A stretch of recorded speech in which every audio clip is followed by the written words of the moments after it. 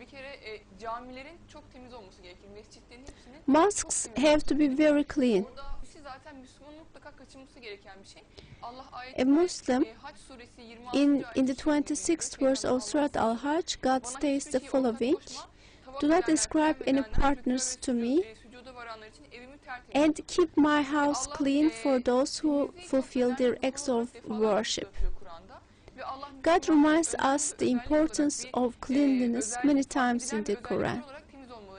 And God says that Muslims have to be clean as a part of their worship. In another verse of the Quran, God says, asks us to keep our clothes clean. And this is what is meant here is not to have any stains on our clothes. We have to keep them really clean in every sense. So with our conscience, with our stance, with our attention, we have to keep our clothes and our houses clean with everything.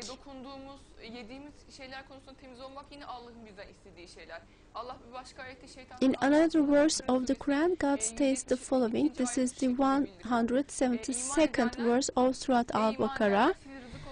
O believers, only eat those things that are clean. So, a Muslim doesn't eat everything. He only eats the beautiful and clean ones.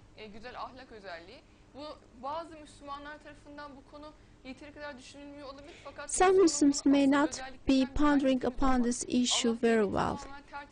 God creates paradise as a very pure, as a very clean place. There is, for instance, not dust in paradise. There is not any kind of filth in paradise, and there is no weaknesses in paradise.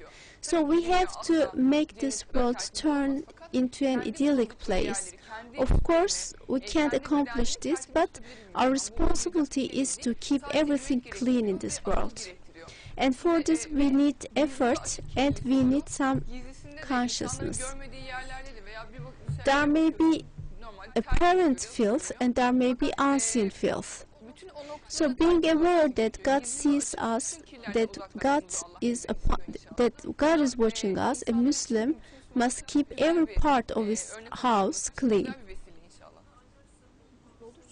And this can only be accomplished by sincere faith, because there is also fear of God in this. A Muslim does everything knowing that God is watching him and that God encompasses him.